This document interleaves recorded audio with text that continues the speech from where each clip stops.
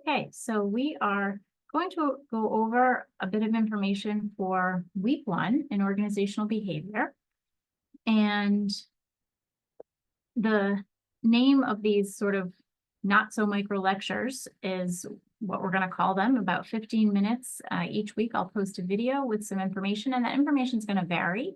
Sometimes it will be more content related, so OB, and sometimes it will be more technical, like talking about the literature review process. In week 2, we will have Lisa Spicola from the library, who's actually going to give a much longer presentation in place of the 15-minute not so micro lecture. So you will see these posted each week, probably on Thursday after the Wednesday night sessions. So let's get started.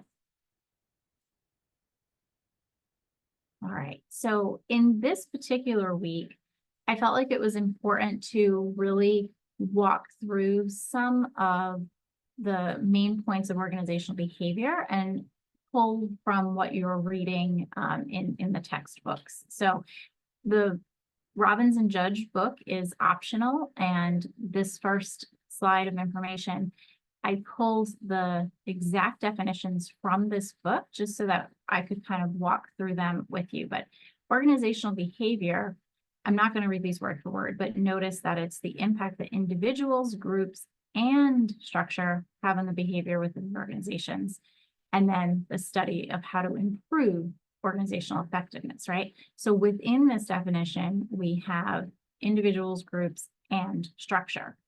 And part of those individuals are the leaders. So leadership is, trying to get a group of people to do something, whatever that goal is or task is at any given time.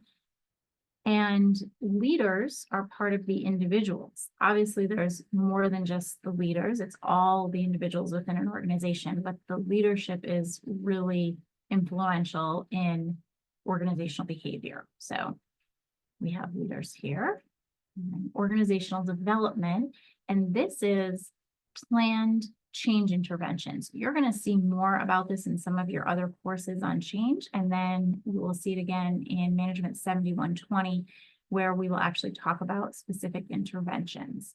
So it's all these working pieces, and I felt that it was important to sort of lay this out at the beginning so we're all on the same page about what organizational behavior is, because in week 1, you have an assignment that is to do a mini case study and to talk about or use, I'll say, organizational behavior models, theories,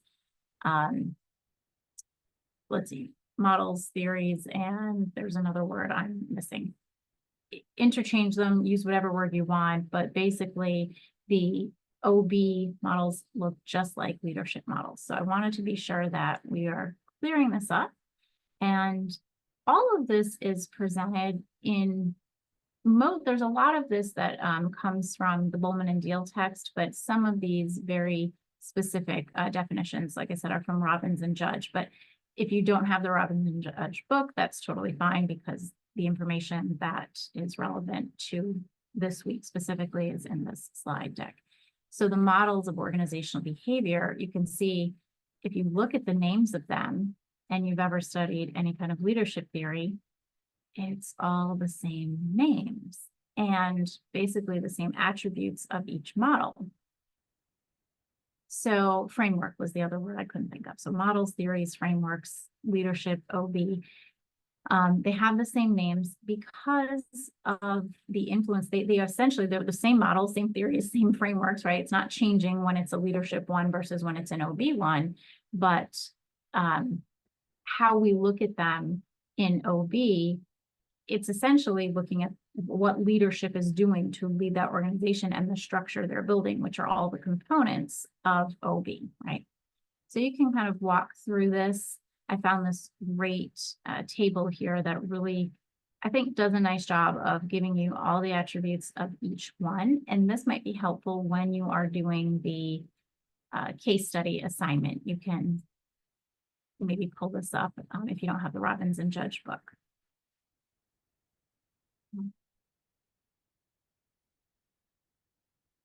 in the Bullman and Deal text, which I did put my disclaimers in there, I am disappointed that the authors take the stance that they do to really infuse a lot of political overtones. They're not even undertones, they are overtones. And it's really unfortunate because this book has been around for a long time. You may have had it in your grad school courses. We look at it a little differently in this course than maybe what you've had before. But these authors change their book every 2 years or so, which is unlike most authors, because usually when something changes that often, it's a picture on page 6 or something very minimal. They do a great job of really rehauling the stories and the examples and bringing it up to current events and whatever's happening. But like I said, unfortunately, they like to use a lot of political overage in it, and that I think detracts from their message. So you can just look past all the politics that are infused in terms of politics, not from an organizational standpoint, but the politics that they put into the book, and really just look at the OB content and the frame. How you view things is one of the big messages from this book. And there's a couple really great examples on page 13, but I like this one where they say, you know, what is the sum of 5 plus 5? Well, if you reframe that question, what are two numbers that add up to 10? Then you could have a lot more than just one answer. So it's all about reframing. In a few weeks, you're going to watch a video by Roy Rosen where he says, so what, so what, so what, and kind of just getting you to change that thinking and reframe your mind as you go. There's another great example on this page as well from Albert Einstein, where he says something to the effect of, if I had a difficult problem to solve and I only had an hour, I would spend 55 minutes defining what the problem is and 5 minutes answering it.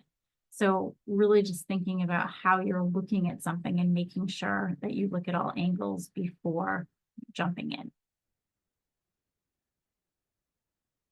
Which frame do you choose? So in that text, they talk about 4 different frames: the factory frame, which is all about the structure; the family frame, which is about sort of the relationships; the jungle, which is, basically survival of the fittest; and then this is the carnival or temple frame. And think about, what frame do you typically operate in? Kind of where are you in your professional world? But go a step further and see if you can start to figure out how to fuse these frames together and really, look for an understanding in your organization or your industry of each frame and how they can, strategically work together and be beneficial, as opposed to just, hovering in one of the frames all of the time. This slide has a lot on it. This is quite blurry, but I really wanted to be able to put this on the slide. This is in the textbook. It is a sketch that they have in there, and it shows structures of different tech companies that we're all familiar with. So you can see this first one here is Amazon, and how it's kind of a, top-down network, the way it's built. Google is just a chaotic mess here in their interpretation of the network system at Google. Facebook is just one big network all the way around.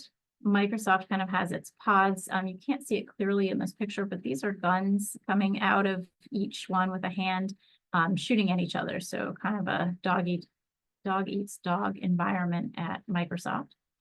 Apple, kind of this wheel network where, kind of total equity all the way around, basically.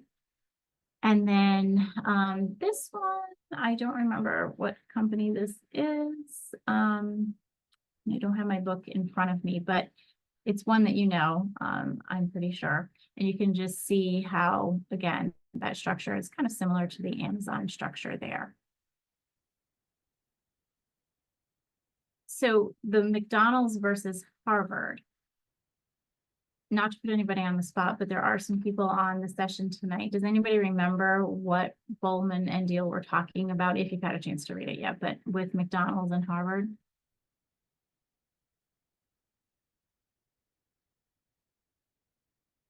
All right. So what they were saying is McDonald's has about 38,000 units. And I assume that number is fairly up to date because this edition of the book is not very old. It's 2021. So somewhere, 38,000 units or stores, or maybe a little bit more at this point. And they are very, very centralized. They have a small corporate office and all of the decisions for all of the McDonald's come out of one place. So if you're a franchisee, you might, be in charge of operations and decisions for your 2 or 6 or 10 McDonald's, but really the decisions that you're implementing are being dictated by the centralization of McDonald's corporate office versus Harvard, which is a large university and has a good geographic footprint, but in comparison to McDonald's is quite small. And even though they are very small, they are very decentralized, with each school within the university having its own budget, its own endowment, its own leadership. Obviously, they have to operate within the confines of Harvard, but in terms of autonomy, it is very present in the decentralization at Harvard. So thinking about your organization, what does it look like? What should it look like? What do you want it to look like? How can you get from here to there? Does it even need to change? Maybe not. Maybe it's working really well. I used to work for a man who worked for Procter & Gamble, and he was a product manager at the time. They owned Jif and Pringles, and that was kind of his area. And he had a sign in his office, and it said, "If it ain't broke, break it." Like, just think outside of the box. Don't go with the status quo. Maybe there's, not an obvious need for change, but maybe a change would be something that would be very beneficial. All right, which structure is right for your organization? So also in Bowman and Deal, I don't know where my little citation went here somewhere, but he talks about, and he uses they use other sports teams besides these 3. They use chess, cricket. There's some other ones infused, but these are kind of the main American sports that most people know. And they talk about how in baseball, it's 9 people all trying to come together to make this work, but they are really 9 individuals playing individually and working on their individual records. But at the end of the day, all the individual records come together to make a team. So it's a different structure than in football, where every player is on the field and part of every play, depending on if you're offense or defense, but everybody's together. And the strategy for the plays is thought out and planned ahead of time and then implemented during the game. And they have, certain ones to pick from, and those are the ones they go with, and everybody's got to know what that play means, and they all go together and make that play work, hopefully. Versus basketball, which is played as a team similarly to football, but it's much more fast-paced, and their strategy has to constantly change depending on what's going on at any given moment on the court. And obviously, basketball is a much faster-paced game than football, so back and forth and changes constantly needing to be implemented. So, again, where is your organization? Where do you think they should be? And how do you kind of bridge that gap between the 2 structures, if there's even a need to change the structure? Somehow there's my citation. All right.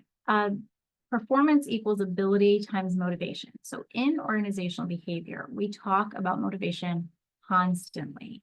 And there's all kinds of models, and there's actually a table in the Bowman and Deal text that does present a lot of the models, Herzberg and all the others, basically, the big names. Even Pink maybe in there. So there's that table is helpful if you're looking to kind of get an overview of the motivation theories, frameworks, models, etc. But this is the traditional equation for performance: ability times motivation. Okay, but what is that motivation? And we study that so often in organizational behavior. So money, we know from years of research, it's a short-term motivator. It doesn't really win out in the end. So what kinds of things are winning out? And it's the bonding or the camaraderie within organization, or within a, at least a department, a framework. Usually it's on the micro level, but a lot of times what happens on the micro level in an organization is due to the culture set at the macro level. Development opportunities, whether that's progression and growth in position or development in skills and learning, and then doing good work. So work that is good for the good of the work, right? But the good of people, the good of the environment, whatever it is, but not just that piece. That's become much more important with younger generations in the last probably 20 years, but also the pride in doing your work well. These are some of the characteristics that people look for in a work environment that might maintain them, retain them, as opposed to just the money. So you'll see a lot about motivation. Ability is obviously something that's there or not and can be increased to an extent, but motivation is really what can be influenced. All right, so choosing a frame, and this is presented in the Bowman and Deal text, but I thought it would be nice to kind of have it presented here. These are some questions to ask, and it tells you if you answer yes to this question, these are the frames you should be looking at. If you answer no, these are the frames you should be looking at. I'm not going to go through all of the frames tonight, but as you read the Bowman and Deal text, just becoming familiar with these and kind of looking at what makes sense within your organization. All right, before I close my slides here, I'm going to just ask if there are any questions from the group that's on.